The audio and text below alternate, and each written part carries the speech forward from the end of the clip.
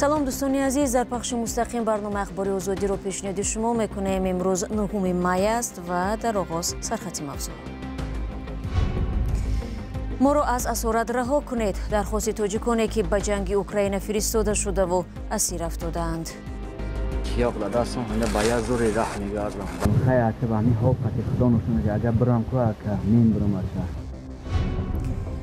پاپی نوی روم انتخاب گردید. رهبری کلیسای کاتولیکی جهان را کاردینال امریکایی بر عهده گرفت.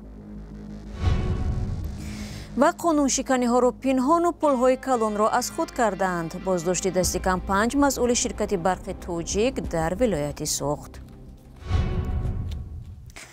با ادامه جنگ روسیه در اوکراین، گزارش‌های بیشتری درباره حضور شهروندان تاجیکستان و تلف یافتن آنها در این جنگ بیگانه زیادتر می‌شود.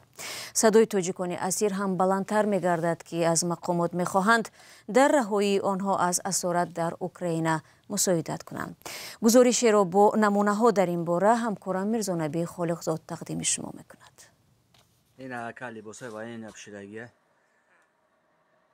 باور که اکا این آوازی نشانه چه این اکا اینه چیاق دادستم هنده باید زوری رح میگردم خیلی اکا با همین حوقت خدا نشانه که اگر برام که اکا مین برام اکا من دویدن نمیتونم هیچ کام نمیتونم التماس اکا خویش میتونم.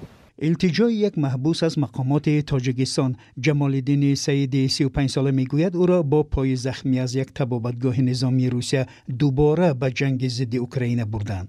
با ارسال این نوار با آزادی و از سرگذشت خود نقل کرده از مقامات خواست برای برگردانیدنش از میدان جنگ کمک کنند. Наш медпалка он нас выписал, меня выписал, якобы я здоров, меня вылечили. پزشک پالک نظامی ما نوشته است که گویا من صحتم مرا طبابت کردند ولی من با عصا بغل راه می روم. من راه رفتن نمی توانم. در پایم 20 آهن پاره است. از زانو بالا هم 20 آهن پاره. در مجموع بیش از 40 آهن پاره در تن دارم، اما مرا طبابت نکردند. برای جراحت ها پول نگرفتم. پول 3 ماهه کارم را هم ندادند. Даже за 3 месяца моей зарплаты ничего не пришли, братан. این شهروند تاجیکستان و روسیه دکبر سال 2024 از محبس با وعده آزادی به جنگ رفته در یک پولک نظامی در دونتسک می جنگید و در یک ترکش مجروح شد. دقیق نیست که در کل چه تعداد از تاجیکان مثل جمالالدین سعید در اوکراین می جنگند. ولی چندی پیش طرح زیستن میخواهم اوکراین با نشر یک رویخط نام بیش از 900 زرخرید تاجیک را اعلام کرد. نام مصاحب ما در این رویخط نیست، اما خوشبخت پیروزعلیف یکی از آنهایی است که در رویخط نه فقط از او یاد شده است بلکه طرح زیستن میخواهم در نوار 14 دقیقه‌ای قصه زندگی و به جنگ افتادن او را نشر کرد. Из Воронежа я смотрю все в военной форме. با وارونژ آوردند. دیدم که همه لباس نظامی دارند. پرسیدم که چرا من اینجا آمدم. گفتند که تو قرارداد بسته ای. این پلیگون است. من گفتم کی فرصت یافتم. گفتم من جنگ نمی کنم. آنها گفتند تو در انبار کار میکنی. وقتی آنجا رسیدیم گفتند تو شتورمویک حمله‌ور هستی. Мне на склад нет, говорит, и уже все. مهاجر تاجیک نقل کرده است که بعد حادثه کراکوس در پی یک رید بازداشت شد و باید به وطن خارج می شد، اما به جای این او را به یک کمیسریت حربی و از آنجا به جنگ بردند. جستجوی رادیو آزادی معلوم کرد که در میان زرخریدان تاجیک تعداد مهاجران زیادند که مثل خوشبخت برای نقض قاعده های اقامت بازداشت شده با تهدید به جنگ جلب شدند. اما با فرق از زرخریدانی که به گفته خودشون ناآگاهانه و یا از ناعلاجی به جنگ رفته اکنون راه گریز می‌جویند، تاجیکانی هم هستند که با نشر نوار حضور خود را در آن نمایش می‌دهند. صدای اینا پذیرنوش صدای اینا تاجیک اینا کماندیری تانک.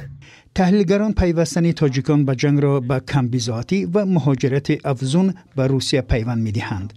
چی تعداد از زادگان تاجیکستان در این جنگ کشته شده است دقیق نیست، اما در فضای مجازی میتوان اعلان و مراجعه‌های زیادی را دید که در آن از مرگ یا ناپدید شدن تاجیکان در جنگ خبر داده شده است.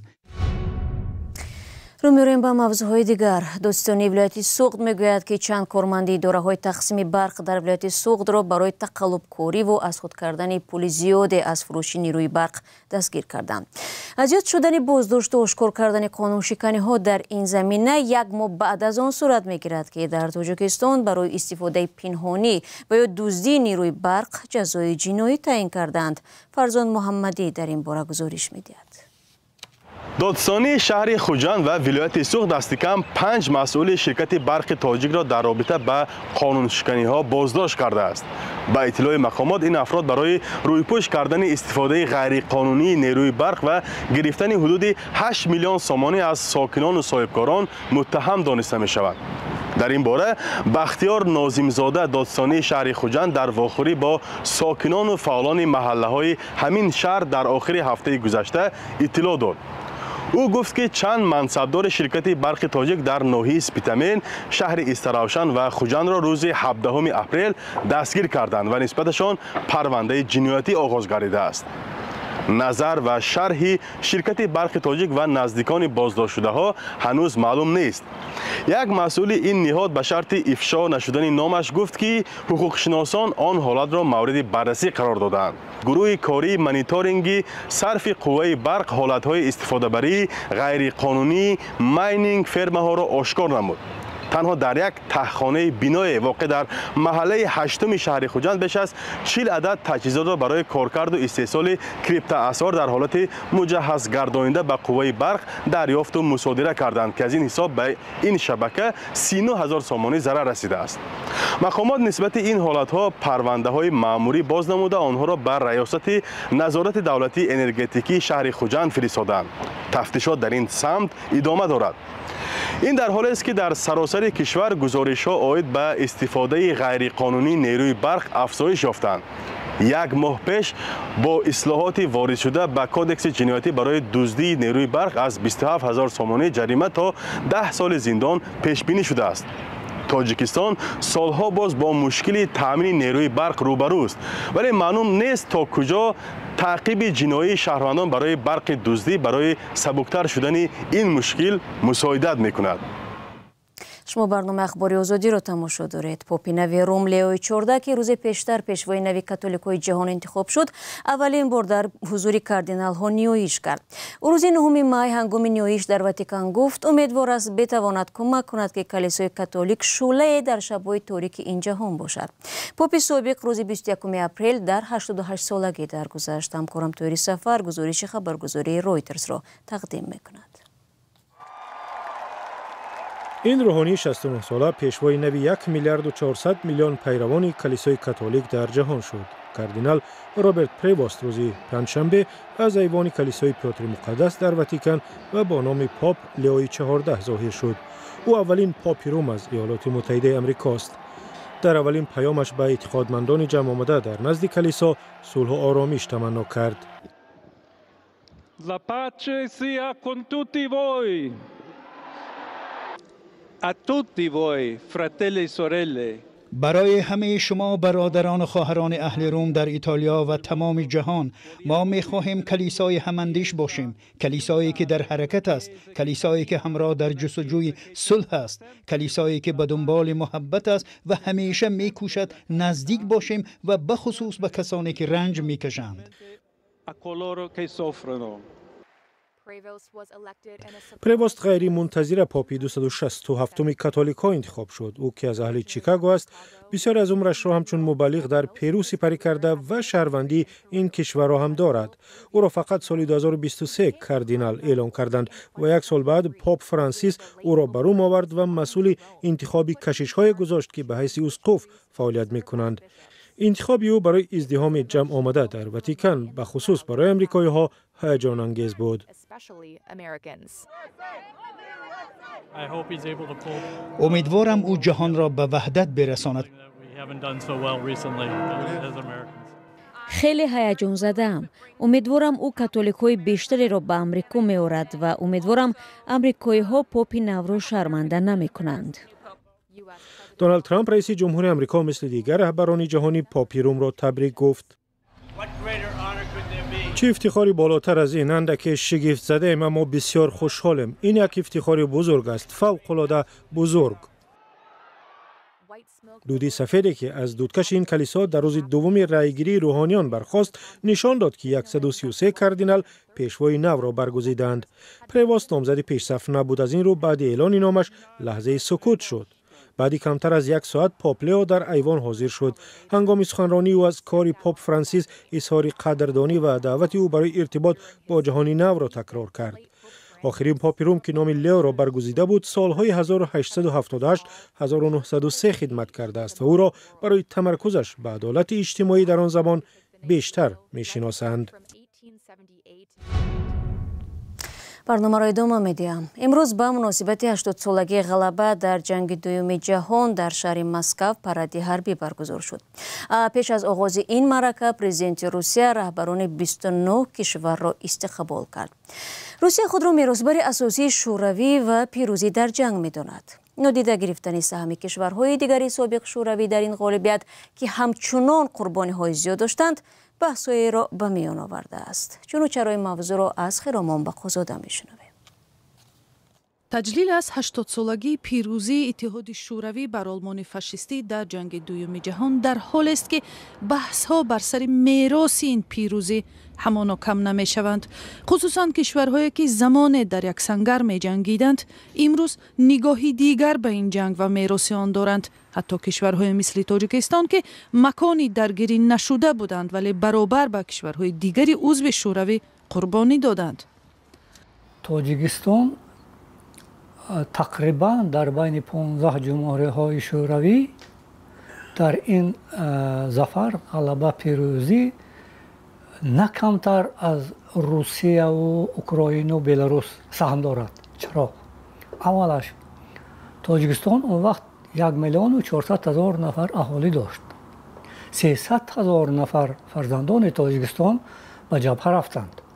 قریب 150,000 نفر دیگر در جبهه زحمت یا مهنت میگفتند در عقبگاه شب روز کار کردند.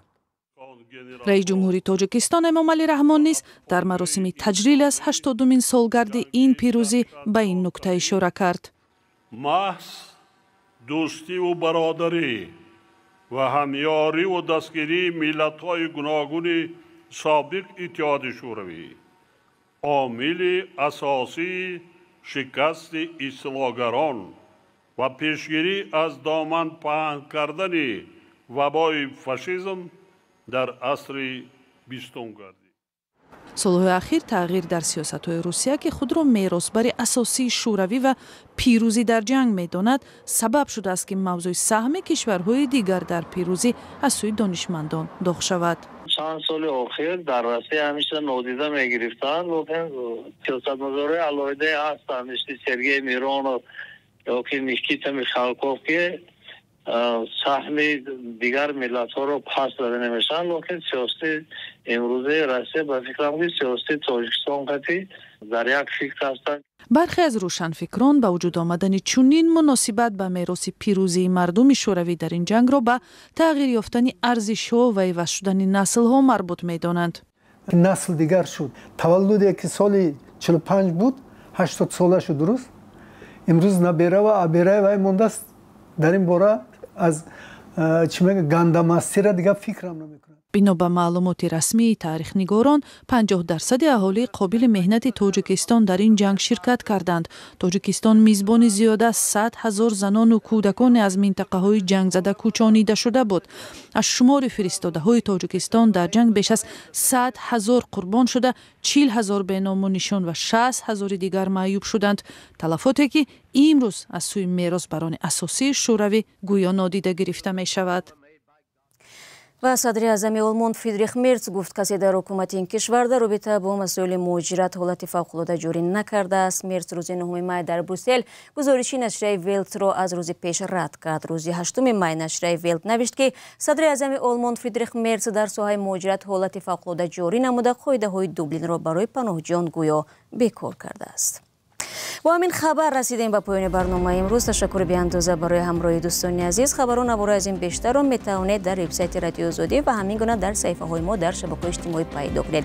در 2 روز آینده برای شما استراحتی با فراغت می‌خواهیم. در هفته نو شما رو منتظریم. خود را اجازه کنید و خدا نگهدار.